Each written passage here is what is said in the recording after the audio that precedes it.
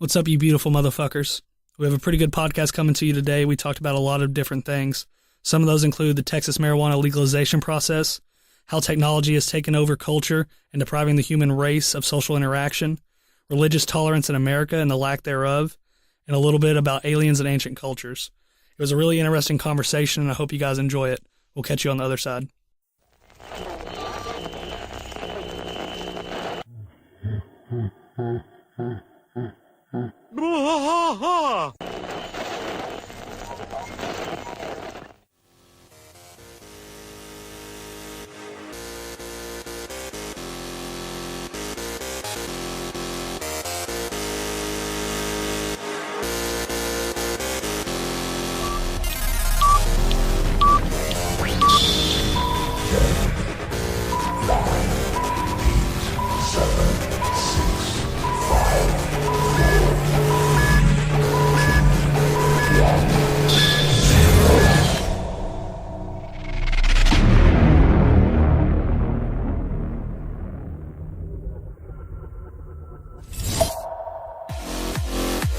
You are now listening to the Random Words Podcast, a podcast about nothing and everything. Prepare your anus. So thanks for joining us here on the Random Words Podcast. I'm Jason. He's Matt. What's up, motherfuckers? And we're here to put some random words in your ears. This is our first podcast, so we're going to try to do it good. Try not to sound like too much of idiots. We're gonna make sweet loves to your ear holes. Yeah, there's probably gonna be a lot of crying, maybe a little bit of screaming in this. We're in a little closet right now. We're pretty close together. Plenty of tears and semen. Yeah, tears and semen are definitely gonna be had on this podcast. We're sitting in a very small room. Probably what would you say? 2 foot away from each other, 3 foot away. Not even that. We're really our legs squished are in. almost touching. It's kind of pleasant. Yeah, I mean it's a little gay, but we'll deal with it, you know. So yeah, I mean we're just like, well, we just want to make a podcast, so figured why not, right? Bored as fuck. Nothing else to do. Bored as fuck. Might as well get our stupid thoughts out there. Maybe somebody will enjoy it. So I mean, we're just gonna take this podcast pretty slow. I mean, it's not gonna necessarily be nailed down to any kind of rigid outline or anything like that. It's gonna be just pretty much anything we want to talk about, anything that we find interesting, anything that we find fucked up in the world, or you know, if you just had a shitty day at work and you want to vent about it, you know, come on here and talk about it and give these people all of our problems. Yeah, I mean, pretty much. I mean, I'm using this as therapy. It's a lot cheaper than a therapist. Yeah, it is. I mean, not considering the $100 mic, the $2,000 computer. Yeah, I mean, but minus all of those things. I already had those things. I had those things for other purposes. So, I'm considering this free. And you know, all these blankets as well. So, like in the closet, we got a lot of blankets, you know, hung up and trying to deaden out some of the sound in here. We established last night that it wasn't dank in here. It was very dry sounding. Yes, there's no dankage. No dankage. Zero dankage. So we try to get everything set up good. But like I said, we're just going to be talking about random shit on here. It's just going to be whatever interests us, whatever we want to talk about. We will usually have a few different topics we're probably going to try to get through. And also we're trying to get these to be, about an hour long or so. Yeah, they're about finding a natural stopping point in the conversation. Yeah, a natural stopping point. But somewhere around an hour or so we feel like should be a good thing, good time frame for us. So today we actually wanted to start with Texas marijuana legalization laws. We are from Texas, and there's been a lot of states, especially after election. I want to say that I'm talking about out of my ass here. I don't have it in front of me, but I want to say that they said there was like 9 states when during the night of the election that they were. I think there's 9 states that either legalized for recreational use, or in some of those also 9 just legalized for medicinal use. Mm-hmm. I mean, us being from Texas, you know, it feels like we will be the 50th state. Yeah, it feels like it's never going to come down here. Like you just anywhere you look, Texas is like the least liberal state I can think of. Or I don't know, like Virginia or something. Like Virginia seems like it'd be really South Carolina, yeah, something like that. Texas, because like we at least have Austin. Yeah. Austin with it being, and we have so we have a couple colleges here, a couple big college towns, and any college town is going to essentially be a liberal town. Yeah. It's like Austin, I hear Austin's fucking amazing. I've never really been to Austin. We've probably passed through it or something. Right. But I hear that Austin is just like this super awesome liberal, super cool bars, and we got all these craft beers and just all this crazy shit. But I mean, other than any of our college towns, Texas is very conservative and we don't want that wacky tobacco in our state. You know, you take that out of here. That ain't for us. Yeah, we got our guns and our Bible. That's We're right. done. Guns and Bible. That's all we need here in Texas. But, you know, there's some of us, some that are very liberal, including us too. We have, I would say, probably very liberal views on the world. I agree with that. So we are definitely 100% for marijuana legalization for recreational and medicinal here in Texas. But once again, it just feels like it's never going to get down to us. So, I mean, there are some movements being made in Texas. So we're looking at a website right now, www.mpp.org/states/Texas. This is talking about the marijuana reform laws for Texas, and it says that they passed 5 bills, or excuse me, they didn't pass, but there was 5 bills Being pushed through. yeah, being pushed through, exactly, trying to get pushed through. One of those actually, you know, a lot of those having reduced penalties for possession of marijuana. One of those actually having complete legalization for adults. It says here that right now we have a very limited medical marijuana bill. And it was, what was it? It was something where they were, was it the MCT oil or what was that? Or not MCT oil. CBD. CBD oil. To where that could be pushed through for patients that suffered a rare form of epilepsy. So, I mean, they're at least looking into it that it's not just no medical benefit to it whatsoever. They're at least looking at that. And obviously, with medical use, then comes recreational use. And there's actually a poll on here. So there's a couple polls. It says, according to a June 2015 poll conducted by the University of Texas, it says that there was 68% of the voters were for Legalizing. At least medical. Or yeah, at least medical. They weren't opposed to any kind of marijuana legalization. Yeah. You know, we don't hold the traditional archaic ideal values, you know? Yeah. Because, I mean, that's all it is. You know, it's archaic. Yeah, it definitely is. I mean, you know, it all stems back, you know, if you've looked into any of it, a lot of people talk about it stems back to, I forget his name. I don't have anything in front of me, but it was some guy with the paper business. And he was just getting killed in the paper business because hemp and marijuana was so much easier to grow and so much easier to cultivate. Oh, yeah. To where, like, we were using hemp paper and stuff like that, it was killing his business. And so then, you know, they put in a lot of funding towards getting it illegal so he could profit. So, I mean, that's one of the main reasons why it's illegal right now. Right. I mean, of course, it has some psychoactive properties. You know, just from personal experience, it doesn't affect you in a way to where you lose your mind and go crazy or something like that. You know, I don't have any personal experience with any kind of hard shit like meth or something like that, but I would assume that's more to where you're not yourself. You know, or like bath salts or something where you just go fucking crazy and start eating people or some shit. Like, I've never once smoked a joint and I was like, I want to eat somebody. Like, that was never a thought that I had. No cannibalism? No, there's no cannibalism with it whatsoever. That's strange. The name's cannabis. There's no cannibalism? Yeah, no cannibalism for You cannabis. think there'd be some kind of correlation there? Maybe that's why they named it cannabis, because they thought it made you a cannibal. I don't feel like that's probably true, but I think It's not true, but I'm going to go with it. It's called bro science. Bro science. Bro science. Gotcha. So we're going to go with that. There was also another poll on this website that was saying that it was a more recent poll. They were saying that that the people they asked, they said that there was less than 20%. Less than 20% of active voters said that they're opposed to, or that are still for prohibition of marijuana. And so, I mean, obviously you have to take a poll with a grain of salt because how many people did they actually ask? You know, that doesn't really represent the populace. Right, how many people actually took the time to answer it? Exactly, because, you know, if a poll comes to me, I'm not answering this shit. Yeah. Like, somebody calls me and is like, we want to talk to you. Click. Like, we ain't doing that. We're not talking to you. I mean, you do have a moment to talk about your Lord and Savior, right? See, I don't think I have that moment either. That's not a moment for me. It's not something I'm going to do. But, you know, the fact that in 2016, almost 2017 now, that marijuana is still illegal in most of the United States, it's ridiculous. It's fucking retarded. It makes zero sense. It was all done on propaganda and bullshit. Reefer madness bullshit. Yeah, exactly. I mean, you know, now we're all more educated, and they've done, I want to say, I forgot I heard somewhere, they were talking about, I want to say it was the Nixon administration, had a lot of proponents for say no to drugs and stuff like that. It's where the war on drugs began, was with the Nixon.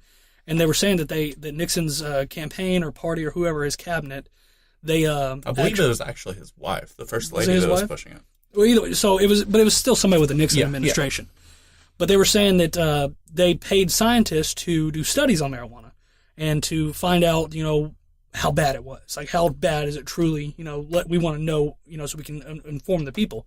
And then all these scientists, they came back with the conclusions that we can't really find much, man. It's not, I mean, obviously, I would assume, you know, any carbon monoxide going into your lungs is bad for you. There's going to be tar buildup and stuff like that. But as far as any other bad side effects to your body, they said they couldn't find anything. And then I want to say they paid those scientists off to lie, to just physically lie about their findings and say, yeah, it's real bad. Because that's not sketchy at all. No, it's not sketchy whatsoever. It's American politics for you. Yeah. I don't understand how we can have cigarettes kills millions of people a year. Kills millions of people a year. How we can have cigarettes legal and not have marijuana legal. Or alcohol, for that matter. I mean, they say that alcohol is just as detrimental for your body as cocaine is. Oh, yeah. I mean, alcohol's horrible. I mean, it fucks your liver. Yeah. And see, and that's another thing. Like when I was talking about, I've never smoked a joint and felt out of my mind. I was me. If you drink enough alcohol, that's not you. Yeah. I mean, like with weed, you might get a little paranoid or something like that, but you never cannot control your actions. If anything, it makes you more alert about your actions, and you're judging yourself even harder on what you do.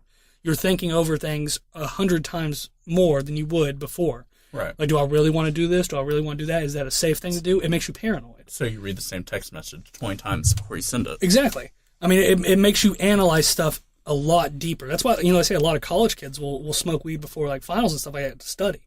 Because when you're sitting there studying, you focus in on something. And when you find that one thing, when you finally focus in on it, you get lost in that. Whatever it is, if it's music, if it's, going down some wormhole on Wikipedia or something like that, you get lost in it completely. The fact that alcohol can make you a different person. It can make you do things that you wouldn't normally do. Weed never does that. Weed makes you not do things that you would normally do. You're like, that's not safe. I'm going to fucking die if I do that, Like just some normal trivial shit, riding a bike. You're like, man, if I ride this bike down the street, I'm going to fucking get hit by a car. A dog's going to attack me. Somebody's going to fucking shoot me off my bike and steal my shoes. Like, I mean, there's you analyze stuff so much more. It makes you a safer fucking person. Whereas alcohol makes a ton of people violent. Right. Where you just want to fight somebody or some shit. Weed just makes you happy, sleepy, and hungry. Yeah. Happy, sleepy, and hungry. Cat Williams said it the best. Yep. I mean, it is an amazing medicinal plant. It is. And I mean, it serves so many uses. I mean, for the medicinal value, let alone the recreational value. I mean, it helps people with chronic pain. We know people personally in our family that, they have back pain, but they're allergic to opiates, so they can't take opiates at all. Exactly. So, I mean, And I mean, opiates are pretty much every pharmaceutical drug on the market. Right. As far as painkillers. Right. Oxycontin, all that kind of stuff. I mean, all of that is pretty much opiates. Yeah. It's opium. Have you ever heard of the opium dens? I mean, it's essentially the same drug in a different form, but it's some kind of opiate. And when, like you said, we have people in our family that are, have back pain, and they're allergic to opiates and morphine and stuff like that. So, you can't really, what else do you do for it? And you're just like, oh, well, here's a plant that could possibly help you out, but you can't use it because there's no medicinal value and it's a gateway drug? Yep. Are you fucking with me? And, I mean, like we heard Joe Rogan talking about the other day, they said that marijuana is technically more illegal than cocaine. Yeah. And how does that fucking make sense at all? Something that's actually beneficial to you, It's shit that they give people that have cancer. Yeah. It's like, you have cancer, you can smoke weed, but anybody else, no. So, and going back to the medicinal properties, like the CBD oil. I watched a TED Talk, I showed you a little earlier. There was a TED Talk with a little girl in there named Charlotte, and she was having something crazy, like 200 seizures a week or something like that. So they bred a specific strain of marijuana plant. There's two different chemicals in marijuana. The most known one, obviously, is THC. And the second one is CBD. It's a lot lesser in most strains, but so what these guys did, they bred a plant that was a lot higher in the non-psychoactive CBD and a lot lower in the THC. They found out that there were studies back, and I want to say it was like the 50s or something like that, a long time ago, that actually showed that it possibly had benefits for epilepsy. There was news articles on it and stuff like that. They even showed the articles on the TED Talk I was watching. And so, like, we knew back in the 50s that this CBD compound that comes from the same plant that also produces the psychoactive THC has possible benefits for epilepsy. But we've ruled it a Schedule I drug, and you can't touch it, can't use it, nothing like that. So there's this little girl named Charlotte, and like I said, she was suffering from over 200 seizures a day. Or not a day, excuse me, I believe it was a week. They started her on a treatment plan with this CBD oil they extracted from the plant, and obviously it's non-psychoactive, so it didn't get her high or anything. I think she was like 6 or something like that.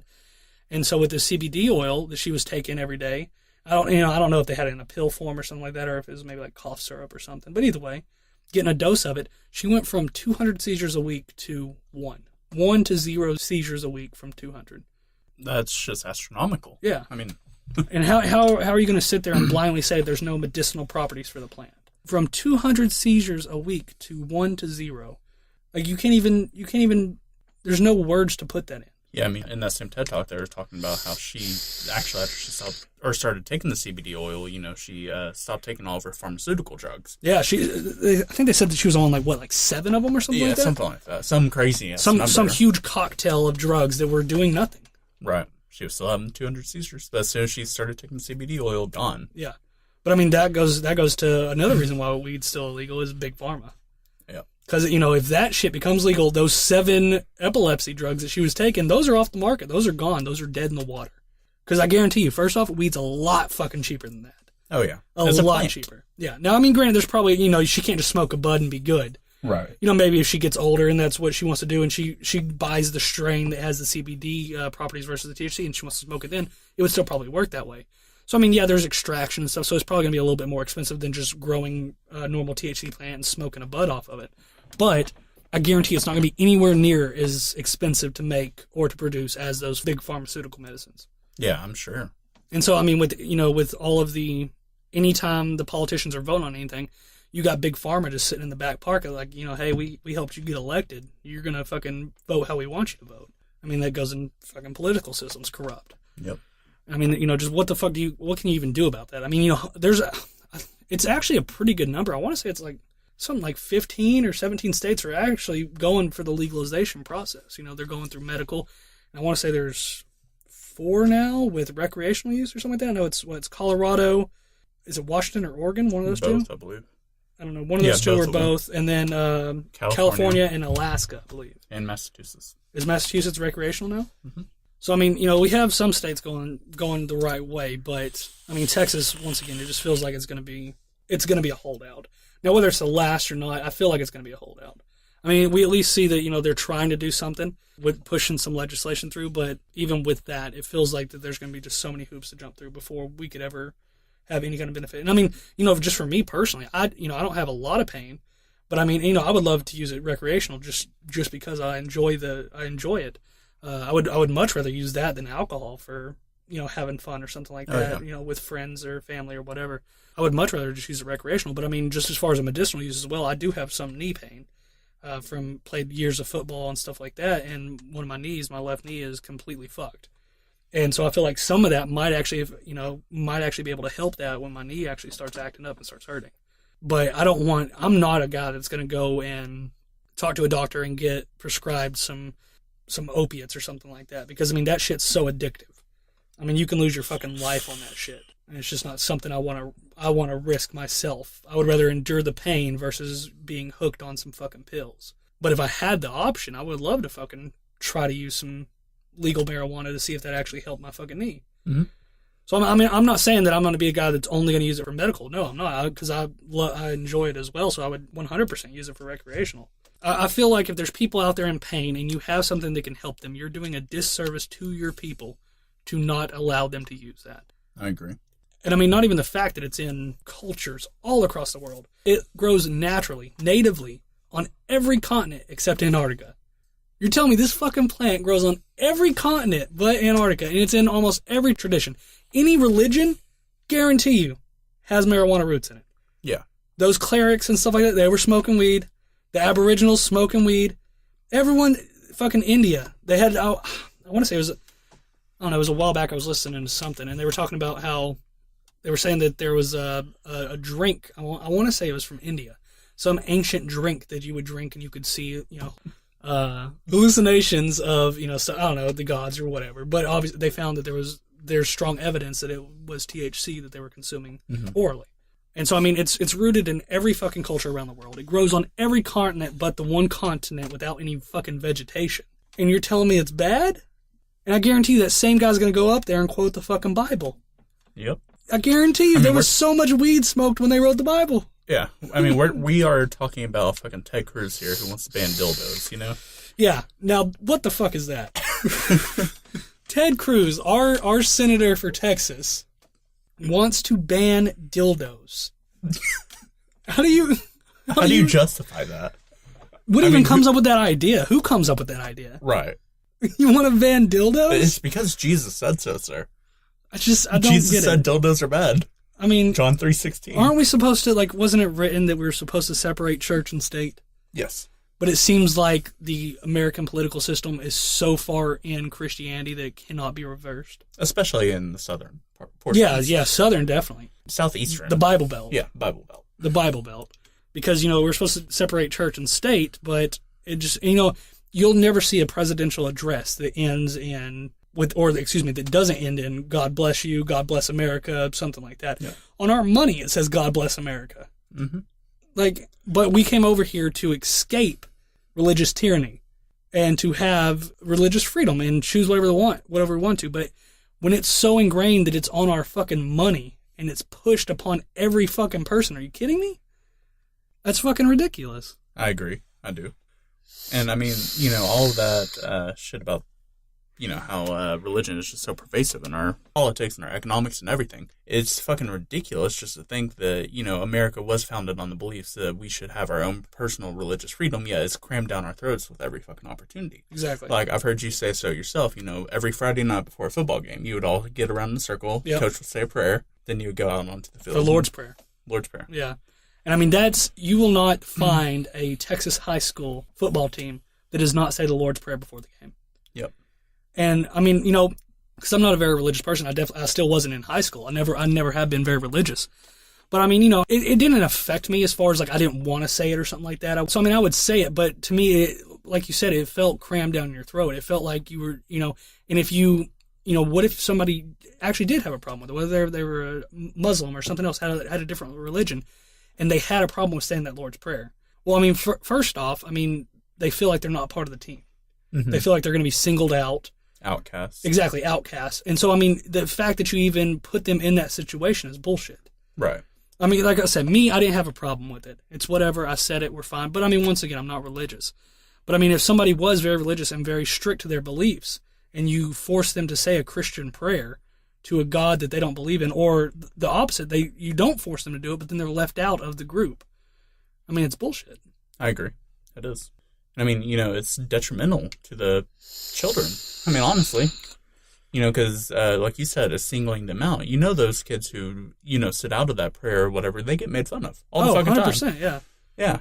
Or, somebody just jumps on their ass like, oh, you can't say the prayer, To force anybody into that situation when the country was founded on religious freedom is stupid. Yep. And I mean, I don't know. There's not even words to describe it. It's 100% bullshit. I agree. And I mean, a lot of that goes back into the marijuana talk. You are, especially like church and stuff. You look at somebody uses marijuana or pot or something like that. You are going to get judged so hard from those religious facilities, and so even if you're not getting judged by the government, even say like your state government says it's legal, you're still getting judged from the churches and the religion aspect. And when that's so far ingrained in our political system, you feel like, even though you still feel like you're being judged for it. Still feel like you're doing something. I mean, hell, wrong. our founding fathers, George Washington, Benjamin Franklin. George Washington cultivated his own hemp plants. The Constitution is written on a hemp document. A piece of hemp paper is what the Constitution is written on. But it's illegal. You can even grow hemp. Hemp is the male version of the cannabis plant. Hemp does not produce buds, does not produce the part of the plant that you actually smoke to get high. So hemp is just the male version. It has zero buds, no psychoactive properties, and that's illegal to grow for paper. Why? Because I want to say, I don't know, I might be talking about this. I want to say his name is William Randolph Hearst. I want to say that's the name, and I'm probably talking out of my ass. Fact check me, I don't know. But I want to say it was William Randolph Hearst was the paper business guy. And so that's when they even made hemp illegal. So George Washington used to do that, and I want to say that they said Benjamin Franklin actually used to smoke marijuana. Oh, I'm sure. And then like fucking Plato, Galileo, they all used it.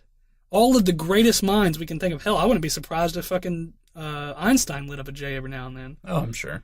I mean, you can't think of the general theory of relativity without being high as fuck. That's not a thing. I want to say they said he was in a patent office and he was imagining, like, what if he was on a bus going at the speed of light? Who the fuck imagines that? And then he comes up with his theory of general relativity.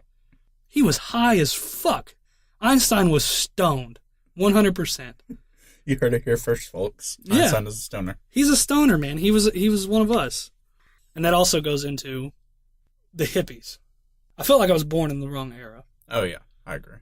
Because, well, I love technology. I love everything we have. I love video games. I love being able to do this right here from my fucking closet. I can talk to millions of people through one microphone in my closet. That's a little bit wishful. You never know. But, I love technology and all the conveniences and everything, but it feels like something's missing with this new era that we're in. I agree. Everybody's looking at your smartphones. Like, no, I'm not saying I'm not myself. I mean, I'm engrossed in it just as much as everyone else is. I'm not being a hypocrite. But, I think as a culture, we're so ingrained and so into our phones and screens and technology and stuff like that I feel like something's been lost with the human race. Because back in the 60s, they used to sit around 60s, 70s, 80s. Used to sit around, smoke pot, and listen to music.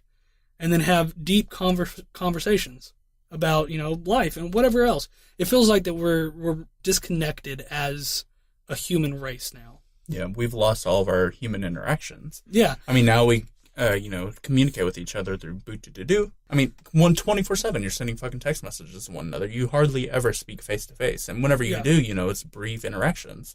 Mm-hmm. You're not having these in-depth, engrossing conversations like, that they probably were whenever they were passing the joint back and forth. I agree. And I mean, going to what you were saying, we don't talk, and like walking down the street. If you were just to say hi or good morning to somebody walking down the street, they're going to think you're fucking weird. Yep. Any interaction that's not on a screen, people, they shy away from. Yep. You find it as a weird interaction because you're not on that screen. And I mean, honestly, I feel like technology is becoming a huge crutch to us. Because, speech classes now are a requirement. I bet if you go back to the fucking 60s, I bet that probably wasn't a requirement. Then I'm talking out my ass, but... That's true. I never thought of that. I mean, that could be something. We don't know how to talk to people anymore. That's true. And I mean, just the fact... I mean, I'm sure there's going to be some apprehension of anybody getting up in front of a group of people and talking. Right. But I bet that is a lot more prevalent and a lot stronger nowadays, since we are hidden behind technology and screens all day long, than what it used to be. Yeah. I definitely think that it is. I mean, I think that we depend too much upon it. I mean, I'm, one preaching to a choir here. Exactly. But I don't think it's healthy the way we are going. I think that, we are, like I said, losing our social interactions. We are unable to communicate with each other, which leads for us not being able to make the bonds that the human race needs to survive. We can't click with someone on a deep level anymore because we're hidden behind our fucking phones. Yeah. We can't, find that certain someone that we're looking for, the significant other. Yeah, I mean, I agree. I mean, just as far as talking to somebody, I was talking to a girl, and anything other than a text message is weird. And that's a sad thing to say. And I mean, it's not that I have social anxiety or anything, because I feel like I'm very outgoing. I can talk to people very easily. I work in a service industry, so I'm talking to customers all the time. So I mean, it's not that I'm some hermit or something that can't socially interact with somebody. But when you're talking to somebody, like you said, trying to find a significant other or somebody to date or anything like that, it feels like anything other than a text message is weird. Mm-hmm. Like if you talk to them face to face, you have a little bit of apprehension to that because you can't hide behind that phone. You're showing your true self. And God forbid, a phone call. A phone call is the worst thing ever for anybody that's trying to date anybody. A phone call is the worst thing ever. Yep. You want all of that in text, but it's like sometimes, man, you want to go with a phone call, but you feel so weird and so apprehensive to dial that number and physically talk to that person. You want to keep yourself hidden behind that screen. No one wants to show their true self anymore. Yep. We're all scared of it. We are. And I think that is leading to a lot of social anxiety in, the millennials. I think that people are not capable of talking to each other anymore. Yeah. Or at least it's heading that way. Maybe not quite there yet, but, you see kids hide behind their parents. And that's a normal kid thing, but I think that, it's becoming worse. I think that with that... they don't want to interact with people. They don't feel the need. They don't feel the desire to talk with people. But if you go to an old person's home, your grandparents, whatever, they want to sit around. They want to talk to you. Yeah, definitely. I mean, any of the older generations, they want to talk. And it feels like, I wonder if it's going to be like that when we get older. Like, are we going to have that same desire to talk? Because, if we sit down and talk to our grandfather, by the way, we haven't mentioned it, we are cousins.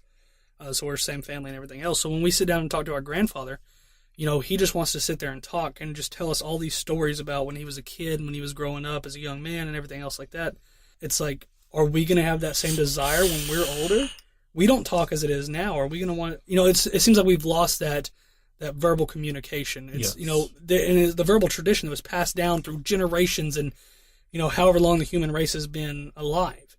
We've always had stories to tell each other and to tell all of our villagers, our village mates, and tell them all these stories. And then, you know, we've gotten to the point now to where we're so connected to each other through our phones and screens and stuff that we don't ever audibly say anything anymore. I mean, you know, if you go, and, you know, I haven't, and I'm just talking out of my ass, but I'm assuming if you ever use like public transportation, like a subway or a bus or something like that, I'm going to say that it's probably almost 100% deadly quiet in there, unless there's a couple friends sitting next to each other talking to themselves. Yep. But you're never gonna just have a lot of people sitting there talking to strangers. Right. Your face is down, looking at your phone, listening to music, something else. You are so pulled back from society to where it feels like, I don't even know if there's a way for us to regain that we've already lost. Oh, yeah, I mean, well, the same thing, you know, goes for, like, restaurants and stuff. You know, before you used to see families sitting across from each other talking, you know, telling each other about their day, all of that. But now you see them each on their smartphone, browsing through Facebook, Twitter, all of that. Yeah. I mean, that goes just not even at restaurants, just at the home table. Mm-hmm. I mean, you know, like any sitcom that comes out now, I don't really watch a lot of sitcoms or anything, but I know it's just that generic view of America now. And you know, any of this, I guess, westernized worlds or whatever, it's that to where everyone, you know, you see like the young teenage daughter sitting at the dinner table, just sitting there on her phone. The mom's telling her to put her phone down. You know, the old generation that didn't have that. Put your phone down. This is family time, all that stuff. And it's just like an iconic symbol now to where we just assume that's real life. And every sitcom has it. It's so prevalent in our lives that every sitcom has the teenage girl or the teenage boy that's on their phone 24/7 and that don't interact with their own family. Oh, yeah. Let alone strangers. You know, and once again, you know, we're preaching to ourselves here. I mean, it's not like we're not part of the same civilization. Yep. But it feels like, you know, there's so much of an urge or a push from the rest of society to where this is where we're going. You know, we're moving as, like, the human race is moving as one organism at this point. It feels like if you're in any kind of westernized civilization, any westernized country, that you're moving towards technology and less social interaction. Mm-hmm. I don't know. I mean, is there even an option? Is there a way to fix this? Is there an off switch? Yeah. I seen a video. It was some guy who he said he put his phone down for a week or something. Turned his phone off, didn't carry it for a week, and he said he was so nervous and was angst riddled, and he just had all of this like, well, what if something's happened and I don't know about it? And I mean, I feel the same thing. Anytime I don't have my phone on me, you feel naked. Yep. Like, well, what if something happened and my mom tried to call me, or what if there's a family emergency? And to where like kids back in the 70s and 80s, like our moms growing up. My mom, she's like, yeah, we would leave from the house and we'd go out with our friends, and our parents wouldn't hear from us for 4 or 5 hours. They didn't know anything. So, I mean, it's good to be able to have that connectiveness to your family members and close friends and, whatever significant other. But everything shouldn't be based around it. Yeah, it should be something that amplifies interaction. It should be a supplement, not the main course. Yeah, exactly. It should be something to where when you don't have access to your family or friends or something, you can use that. But if you're physically there, you should be able to still pick up that social interaction. It feels like that's being lost. I agree. Friends sitting around a table or at a coffee shop or wherever else, it doesn't matter if they're best friends or not. They're sitting there, they'll be texting each other. 2 foot away texting each other. And I've done it. Oh, yeah. I'm sure you've done it as well. Absolutely. But you're 2 foot away from that person texting them memes or whatever else, dick pics. I don't know what you're texting them. But you're sitting 2 foot away and you just can't talk. There's just this huge urge to be on your phone or some technology 24/7. Yeah. But, I mean, maybe it's the millennials that bring that back, because it's the millennials that are the main problem right now with it.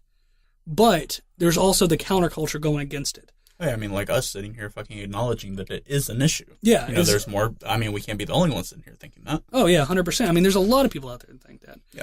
And, I mean, there is a counterculture now that's pushing back against that. I wouldn't classify myself as one, but like the hipsters. If you classify yourself as a hipster, I don't know if that's a slang term or a bad term to use for somebody, it's a degrading term. But even still, it's the people that are pushing back against the newest technology and going back and, going to, like, I know they have, like, they're starting to bring back discos and roller rinks and stuff like that now, and, like, they're trying to push back against that urge to always be on your phones connected. And that goes back to marijuana as well. Because when you're around your friends and you're just smoking weed, it's one of the best times you could ever have. Like, you can't physically have a better time. I think it's impossible. Because I mean, there's so many times where, me and my friends, we'd be smoking weed for, all day during the summer or some shit. And I have some of the, just the most fond memories of my childhood is from smoking weed. Yeah. I mean, just some of the most funny moments. I mean, it's great. There's a couple moments I can think of. I used to feel like I could predict the future. Like, I don't know, it was a weird feeling, but I felt like I could. When I was high, I was like, I know what's gonna happen. I just know. And there's so many situations. Like, one time, I had a friend named Justin, and we were down at another kid's house. I forget the kid's name. I don't know. It was a while back. He wasn't one of our main friends. He was a side friend, one of those guys. But we were down at one of the plus ones. He's definitely a plus one. But we were down at his house playing basketball. And my friend Justin, he left a bicycle down at his house, and it was broken. And so we were talking about it after we left and went back to one of our other friends' house, Chris. He was telling me, he's like, yeah, man, I left my bicycle down there at this guy's house, and he's like, yeah, it's broke anyway. I want it. The brakes don't work. So I guess, maybe I subconsciously filed that back or something, but he told me the brakes didn't work. And so then I remember it was probably 3 or 4 hours later, we were with a couple of my other friends. And one of my friends, Cody, he's like, man, I'm going to go get that bike. He's like, Justin said he didn't want it anymore. I'm going to go get that bike. He's like, hey, can you take me over there? I was like, yeah, sure, man, I'll take you over there. And so I jumped in my truck and I drove over there with my other friend, Jalen. And we went over there and we parked at the end of this road. There was a gate and there was this really steep hill. I mean, it had almost like it was like a 45-degree incline or something. It was really steep. It was stupid. And so I let him down there at the gate, and the gate was closed and locked, and he just jumped over the gate, and he walked up that hill, and it was probably, I don't know, maybe 50 or 60 yards up to the house, up that big hill. And so he jumped out of the truck, and he went to go get that bike, and me and my friend Jalen, we stayed in the truck. And we were sitting there just laughing, talking about random shit, and then it hit me. And I was like, holy shit. He's like, what's up, man? What's happening? And I was like, Cody, he wants that bike. Justin told me earlier that bike doesn't have any brakes on it. I was like, he's going to he's going to try to be cool and shit and ride this bike down this steep-ass hill. He's going to fucking slam into this goddamn gate. And, sure enough, I don't know, a good 15, 20 seconds later, you just start hearing faint screams in the distance. And then just coming right down the hill, right over the hill, you see Cody just on this bike, fast as shit, coming down, and just fucking slams hard as fuck right into the damn gate. And he just slammed into it, and he fell off. Me and Jalen, we were dying, just laughing our asses off in the truck. We jump out, make sure he's all right, no broken bones or anything. And I was like, dude, I told you, I could just call that shit, man. I'm like a fucking wizard when I'm high. There's so many other times that happened. So to clarify, I mean, instead of being a good friend, trying to go up there and stop him from doing this, you were like, oh man, this tip's just gonna fucking ride this bike down the hill. Yeah, 100%. We were there for the show. It's like when you people that enjoy NASCAR. I'm not ragging on anybody that enjoys NASCAR, but if you enjoy NASCAR, you're not going there to watch the guys drive 500 miles in a circle turning left. You're going there to see a wreck. You want to see the good shit, man. Human desire for chaos. I mean, well, that goes back to Roman times back in the Coliseum, wanting to gladiatorial arenas. Watching dudes fight fucking lions and shit. Not gonna lie, I kind of want to watch a dude fight a lion. I don't. I think that'd be horrible. I don't want to watch people dying. I don't want to watch them die. I just want to watch them get cut up a little bit. well, that's not the same thing. The lion's gonna have restraints on it or something. I don't think that's how that works. No, I mean that's not how it worked. That's how it could work today. So we just put restraints on a lion and let him fight a dude? What's the worst that could happen, man? He would die. That's the worst that could happen. I'm sure Allstate would provide insurance. I think it'll be great. It's fucking State Farm. Like a good neighbor, State Farm is there. That's going to be the new commercial. They're just going to have a fucking guy holding a lion back from his neighbor. We got your back, man. Don't worry about it. 13 people were killed in the filming of this commercial. Oh, that's fucked up, man. So if you could go anywhere in the world, you had a chance to take a trip anywhere in the world to go, where are you going? 100% Italy. And like we were just talking about the Colosseum, I would love to see that shit, Yeah, that'd be some crazy ass shit to see. I mean, there's so much history there. Oh yeah, And I mean, you see it in every fucking movie that has Italy in it. Even in the slightest, they're going to have the St. Peter's Square, all that, the Sistine Chapel, the Vatican, all that. Yeah, see, that's some shit I'm really interested in. Yeah. Like, because I would love to see some of Leonardo da Vinci's work. I would love to see the Mona Lisa in real life. Mm-hmm. Like, Leonardo da Vinci is one of the, I don't know, he's like a crazy fucking individual. Like, when you go back and look at his achievements, I did a paper over him in college. And when you go back and look at his fucking achievements, man, like, he just did so many things. He was an engineer. He was a biologist. He was an artist. He actually, I want to say it was in one of his paintings, maybe The Last Supper. He actually put in there is a musical rhythm or a musical piece in The Last Supper. Well, that's fucking crazy. Yeah, some guy fucking found it. They did some kind of, I don't know, like kind of technology that like scanned through the image or some shit like that, and they found a musical code. And then when you play it, you can hear there. You can go online and find Leonardo da Vinci's musical piece of The Last Supper. I want to say, like, it's ridiculous the amount of achievements he accomplished. I was thinking about getting. I don't have any tattoos right now. I was thinking about getting a few on my forearms. And Vitruvian Man. Yeah, that was the first thing, and I actually have my credit card. My MasterCard is a Vitruvian Man, or excuse me, it's not Master, it's Capital One. But yeah, there's a Vitruvian Man on it. So I was thinking about, like, on my forearms, I was thinking about getting the Vitruvian Man, like, right there. I thought that'd be pretty fucking awesome. And then on the other side, I was thinking about getting the Fibonacci sequence rectangle, like the perfect rectangle or whatever it is. And I don't know, I just thought both of those seemed really fucking cool. That would be awesome. Because I've always wanted a tattoo, but I wanted something that, like, I didn't want something generic. I didn't want just some, cool looking piece of art or something like that. I wanted something that meaningful. Yeah, something that meant something to me. That something that I could relate to. That it felt like it was a part of me or my thinking process or something. And like shit like that. Like I remember when I first looked up the Fibonacci sequence, I went on a fucking tangent for a few days just looking into so many things because there's so many things in nature that follow that Fibonacci sequence. Yeah, almost everything. Like anything. Like the biggest thing is the Fibonacci spiral, right? That's like what it's all about. And like seashells and stuff like that, you can find those. They have sunflowers. The way that the seeds are ordered in sunflowers is through the Fibonacci sequence. There's so many fucking natural things, and it's so weird that that's a reoccurring pattern throughout a lot of nature. Like when you look deep into the Fibonacci sequence, there's so many parallels with other things in nature. It seems it's weird. It's like it's placed. Yeah. It's like programming code. And that's like goes into the fucking Matrix or some shit. That goes into simulation theory. Yeah, simulation theory. Like that's some crazy shit to think like, okay, here's this natural mathematical equation that keeps repeating itself through different varieties of nature. I mean, obviously, more than likely, what it is, it's just through our rule set and our physics and stuff like that. It's the most efficient way to do stuff. Mm-hmm. It's the most efficient way, but we also find it the most pleasing way. Like using the Fibonacci sequence is how they come up with, or at least with old architecture. I mean, there's so many, like the Pantheon, I think was one of the big things that we're talking about. The architecture on that follows the Fibonacci sequence. Mm-hmm. And they said that the human mind finds that sequence beautiful and perfect. They call it, I want to say the golden rectangle or something like that, or the golden proportion or something. And that all follows the Fibonacci sequence. Mm-hmm. And that's in nature, and it's so interlaced in so many different assets of nature. Seems like it was either placed there or it's a code of some sort. Yeah. Like, like fuck the Da Vinci Code movies and series and stuff like that. Like somebody needs to get on that Fibonacci shit. Because you can put some crazy ass fucking storytelling on that Fibonacci stuff. Oh yeah, definitely. I mean, it's a very interesting concept to think about. All of that shit was either programmed or put there, like you said.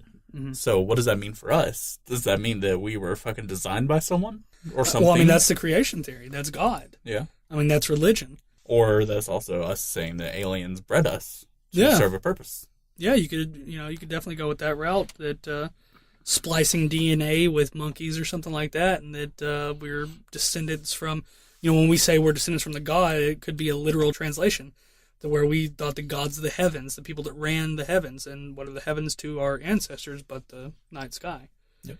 And so when you think about space and time and stuff like that, it could be that there was DNA manipulation, or it could be that there is a supernatural force that holds over all the universe, and there is God. Well, I mean, shit, like we were talking about the other day, with the ancient Sumerians. Mm-hmm. They have carvings in the ancient Sumerian architecture and shit like that, stones, tablets, all that have fucking rocket ships in them. The perfect design of what we would think of as a rocket ship to look like. Yeah. And tell me, someone's just going to draw that shit on there? They're just going to carve that in the stone for no purpose whatsoever. No, that was some kind of symbology. They were representing something that came down. Mm-hmm. I mean, that's not just by happenstance that's in there. Yeah, and I know there's like some. Have I ever showed you the Mayan gold planes? Yes.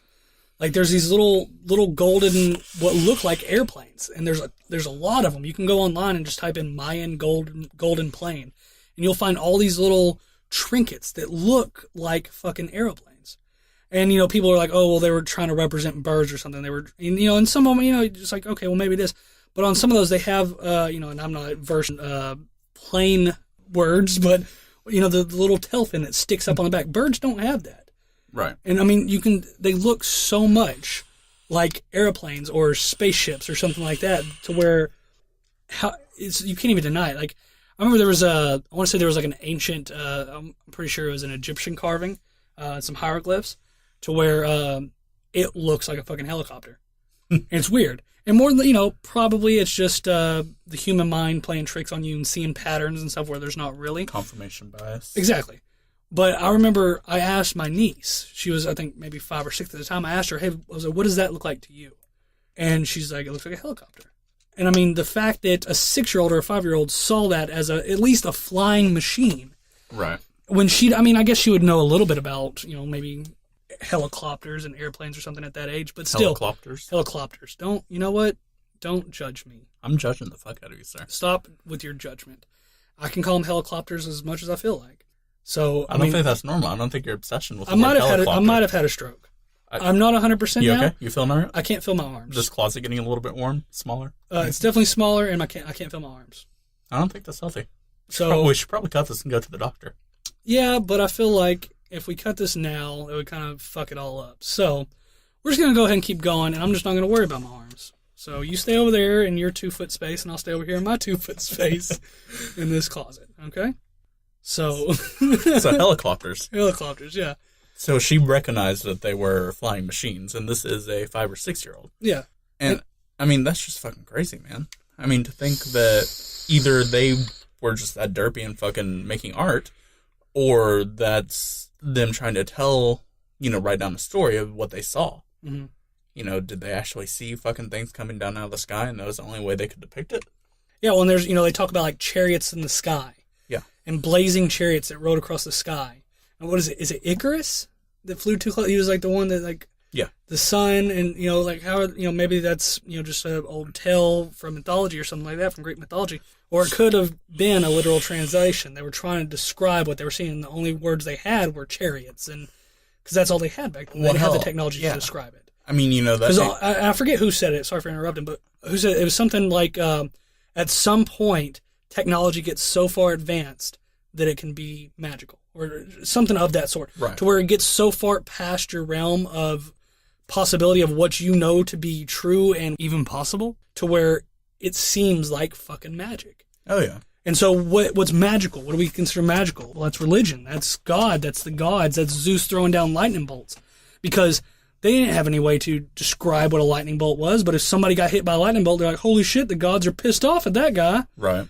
Like, we need to slaughter a goat and make sure they know that we like them still. Well, I mean, the whole thing in back to Greek mythology is that Apollo rode a fucking chariot across the sky. Apollo is the sun god. Yeah. He brought the fucking light with him on a chariot. He brought the light across the sky. So what that sounds like to me is that they saw some blinking lights on a UFO. I mean, maybe.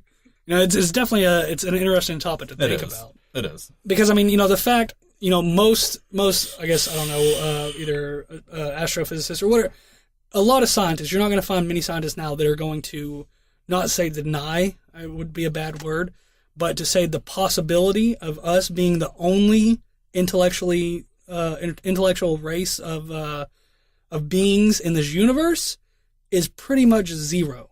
Oh yeah. Like when you look at the probability, it's fucking zero. Yeah, I mean, with if what we know about the universe to be true and is as big as it is, and it's still expanding as we know it today, the possibility of us being the only creatures to have ever evolved to a point to where I can broadcast my voice to other people and we can fly through the sky and go to the moon and shit like that. Not saying we went to the moon, it was a hoax, but no, but I mean, the fact to think that we're the only ones that have ever done that or that ever will do that is absurd and arrogant, very arrogant. Yeah. Well, I mean, that's my same stance on religion. It's like, you know, me, I'm not being a really religious person or anything. You know, I don't have any problem with somebody being religious or anything. If, you know, if that helps you and, you know, it makes you a better person, that's a fucking awesome thing to go for. But for me, I feel like saying one way or the other, saying, I know there's God, I know God is real, or the other side of the spectrum with atheists saying he's not real, there's no way a God is real. I think that's hugely arrogant for both sides to say. You don't fucking know. Yeah. You know, and if what the Bible says is true and, you know, and that stuff did happen, well, you know, you're not Abraham. God didn't talk to you. How the fuck do you know he's there? If God talked to Abraham, Abraham can say, hey, God's real. Oh, yeah. But you don't fucking know that. And there's no way to confirm the Bible. Yeah. And so for me, I can't say one way or another because, you know, I would be talking out of my ass. Right. I mean, it's arrogant to think that you know for certain on either side of that spectrum. I mean, I can promise you that if I heard an omnipresent being talk in my head, I would be like, oh yeah, I 100% believe this now. Thanks. See, I would just think I'm crazy and I would go get pills. Yeah.